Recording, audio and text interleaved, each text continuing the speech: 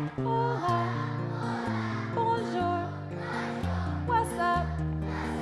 It's fine for sure. It doesn't matter which way you know. We're reaching out to say hello. Good morning, everyone. Can we sing together again a little bit louder? We're reaching out to say hello in many, many different ways. I'll sing it and you'll sing it back. Hello to every Jill and Jack. Hola, bonjour, what's up? It's fine for sure. It doesn't matter which way you know. We're reaching out to say hello. Good morning, everyone, and let's give a big thank you to Mr. Pete for helping us with the guitar today. I'd like to welcome you all to 92nd Street Y for our musical introduction series concert, and also to extend a special welcome to our live stream audience today. So, our concert today has two special performances. The first is a movie. It's called Who Stole the Mona Lisa. So you've heard of this film before. Very good. Now, you know that this is an animated film with no talking, but there's some amazing music that we have to accompany this film. And this music was originally written by someone called Igor Stravinsky, and it's called the Firebird Suite. Then we had a very talented pianist, Alexandre Moutouzkine, who took Stravinsky's Firebird music and arranged it for the piano. After that, the filmmaker Micah Chamber-Goldberg animated the movie you're about to see to match the Firebird music. And it's a very exciting story. Then, in the second half of your concert, you're going to see a ballet called La Revue de Cuisine, which means the kitchen review. And so you've heard of this one too. Very good. I'm so happy to hear that. Now, I'll let the choreographer, Christopher Keynes, tell you a little bit more about that in the second half of your concert when we get there. So I figured we'd just get started by having you help me give a warm welcome to our pianist, Alexandre Moutouzkine. Thank you.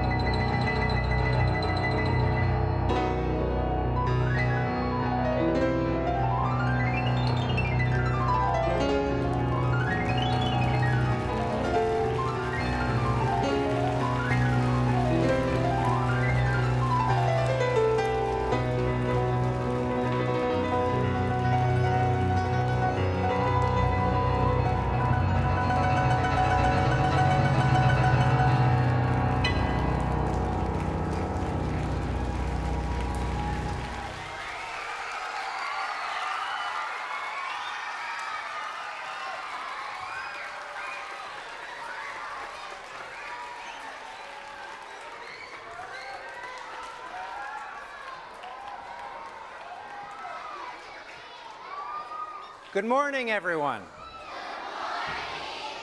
My name is Christopher Keynes. I'm the choreographer who made the ballet you're about to see, and I thought I would tell you a little bit about it. I know that you have all been thinking a lot about storytelling in music and storytelling in dance and in the theater, and you all know, of course, that the biggest challenge in telling a story in ballet is we have to tell the whole story with movement, while in daily life we mostly tell our stories with words, although this ballet does have a few words as well.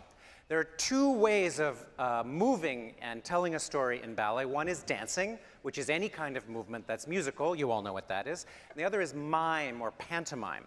You probably know about mime as a form of theater, like you pretend there's a wall or there's bubble gum stuck to your shoe. You pretend they're people and animals and things that are only in your imagination. You interact with them. That happens very rarely in dancing. In dancing and in ballet, mime is mostly a kind of dialogue. It's a language of gestures that equals words. And I want you all to try a little bit of it. So everybody stand up. The first word to learn in dancing is the word for dance, which is this, dance. Try that. It means let's dance or we're dancing. Beautiful. There's a very old ballet called Giselle where a mean ghost lady says, no, he must dance till he dies. Try that. No. So you're, no, he must dance to death.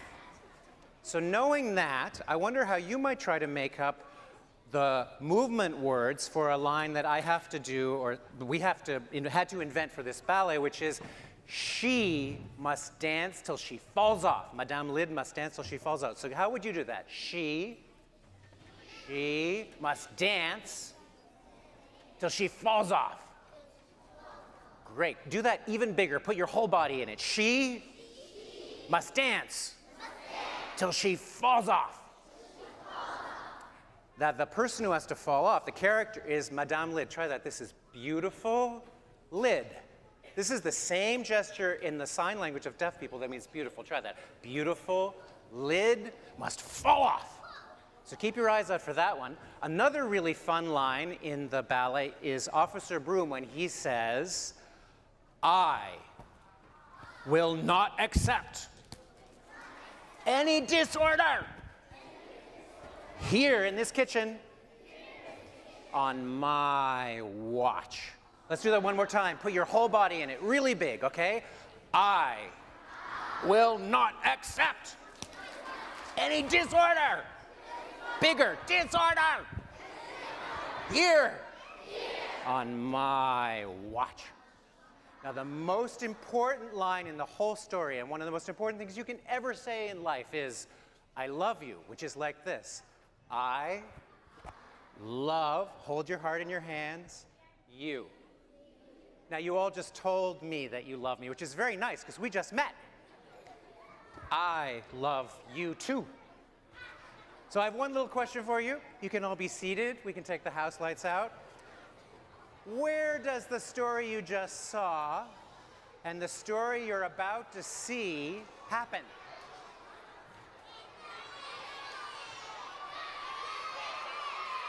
Paris, Paris, la ville lumière, the city of light, one of the most magical, the most beautiful cities in the whole world. Imagine in a church with a high bell tower there lives a little family. Papa is the bell ringer, Maman is a baker, and Henri, their son, well, Henri is 7 years old.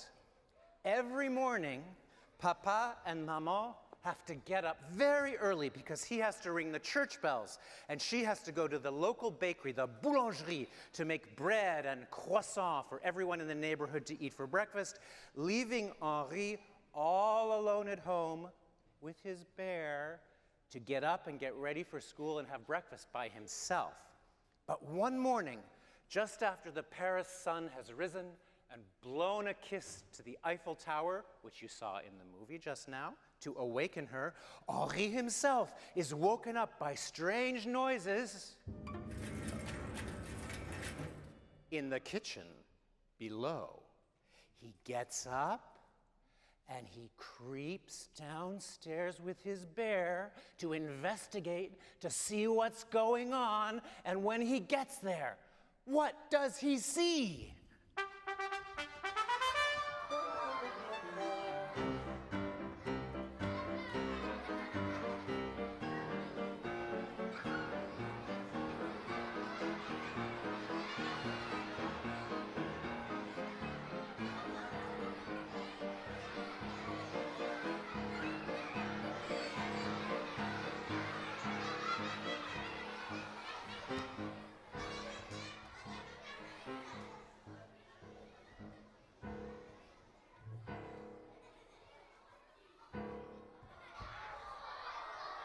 Last night, as she always does, Maman left a pot of soup simmering on low heat at the back of the stove for lunch. Monsieur Pot, the big cauldron, is bubbling away as he does every morning. He seems very calm on the outside, but inside he's beginning to boil because he has a secret, a big secret, and he just can't keep it inside any longer. Monsieur Pot is in love with Madame Lid. Perched above on Monsieur Pot's head, Madame Lid feels the soup bubbling and steaming below. That tickles, she says, giggling, but she holds on tight, wondering, oh, is Monsieur Pot going to boil over? Monsieur Pot just can't help smiling. She is the perfect lid for me, he says to himself. In the history of kitchens, no pot and lid team has ever been such a perfect fit.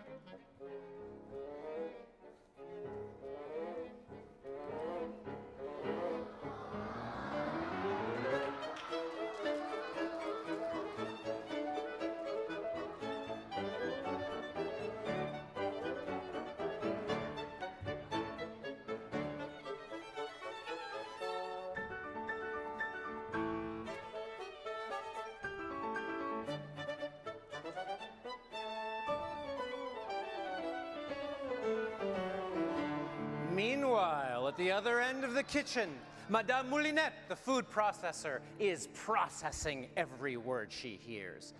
Just what's so perfect about that Madame Lid, she grumbles. I'll show her what a real lady can do with her long, shiny, spinning blades. Nearby hangs dish towel. He's always hanging around looking for trouble. He tries to catch Madame Moulinette's eye, but she just spins away over to the stove. Madame Moulinette looks Monsieur Pot straight in the eye. Bonjour, she says. And how are you, my saucy little stew? Monsieur Pot sputters. Bonjour to you too, Madame Moulinette. She laughs and starts to spin around him. Monsieur Pot blushes redder and redder and redder. Soon he starts spinning too, caught in a whirlwind.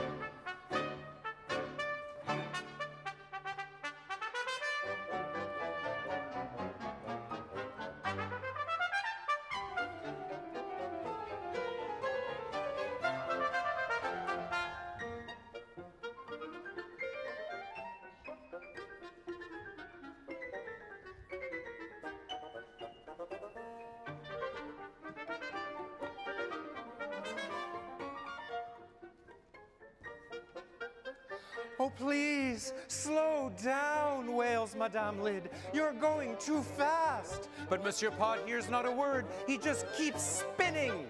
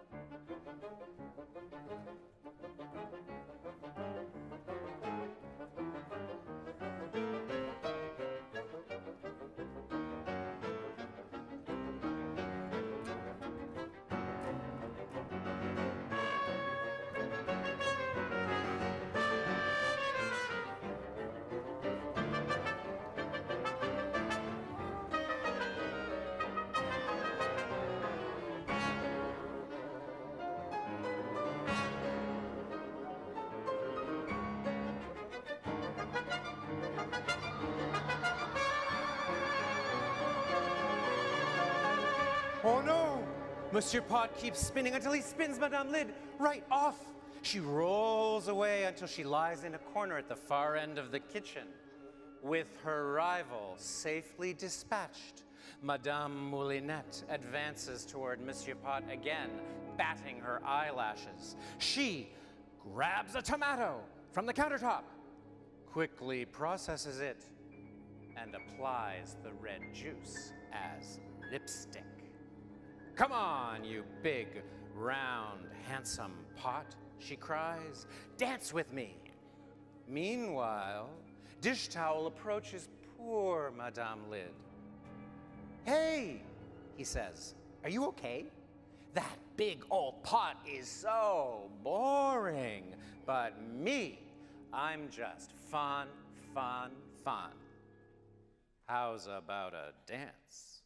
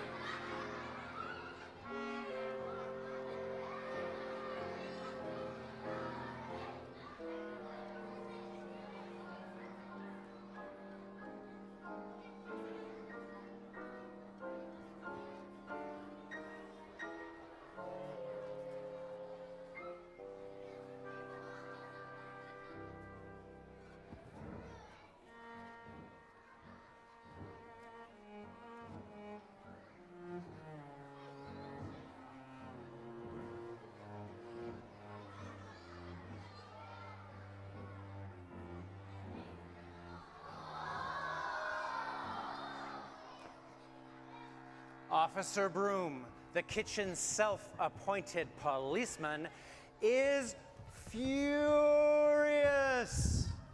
Madame Moulinette, dish towel, he scolds. Just what do you think you're doing? I will not accept any disorder in this kitchen on my watch. And so a great chase begins all around the kitchen. Oh no, a jug of milk crashes to the floor, sploosh! Then an egg is knocked off the counter, splat! Then another egg, splat! Then one more, splat! Next the flour spills, plop! Then the sugar, whoosh! What a mess! But look, the ingredients are mixing together. They're combining to form a big puddle of tasty pancake batter for French crêpes.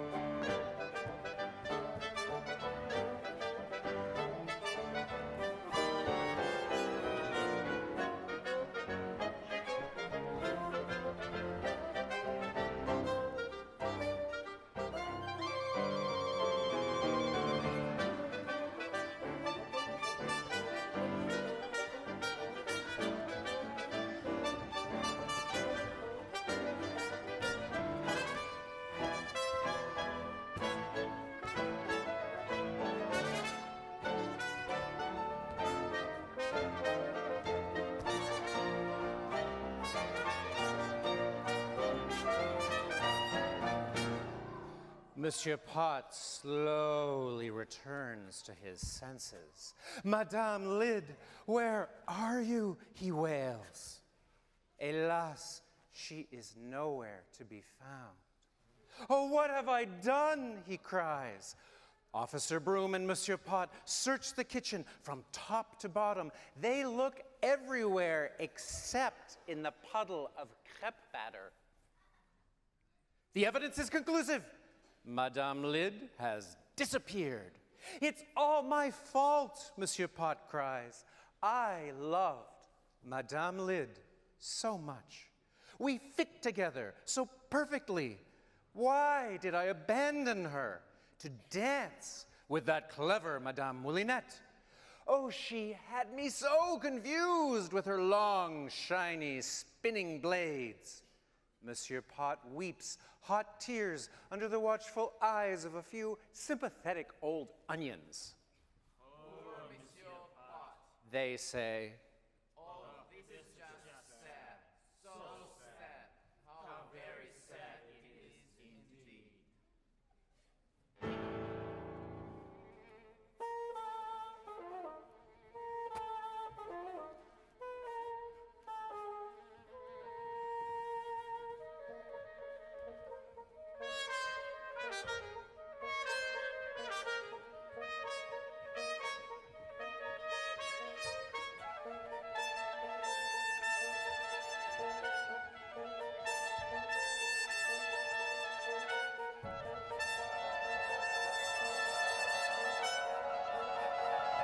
Madame Lid was so kind, cries Monsieur Pot. When the soup was boiling in my belly, she covered me to keep the heat in. How could I have been so foolish? My true love is lost forever.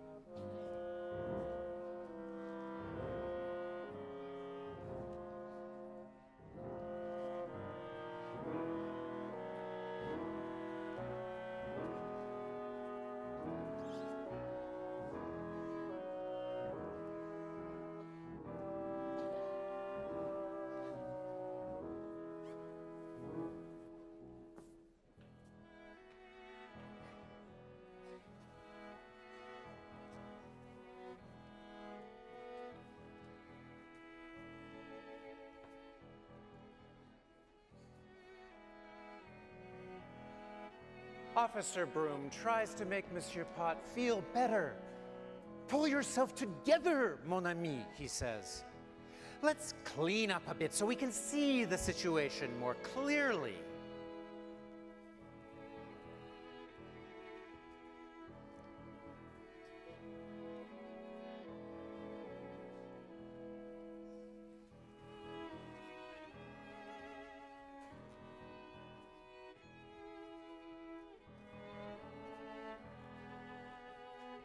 Surprise!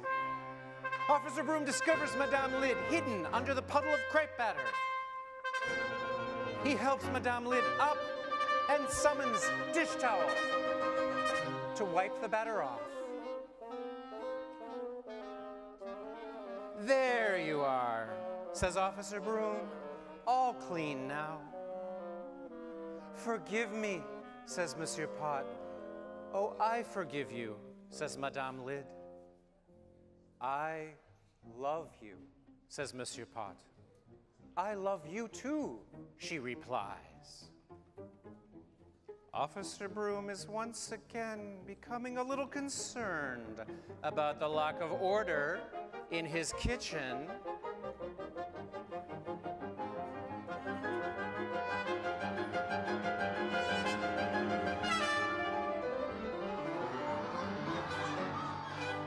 But what can he do?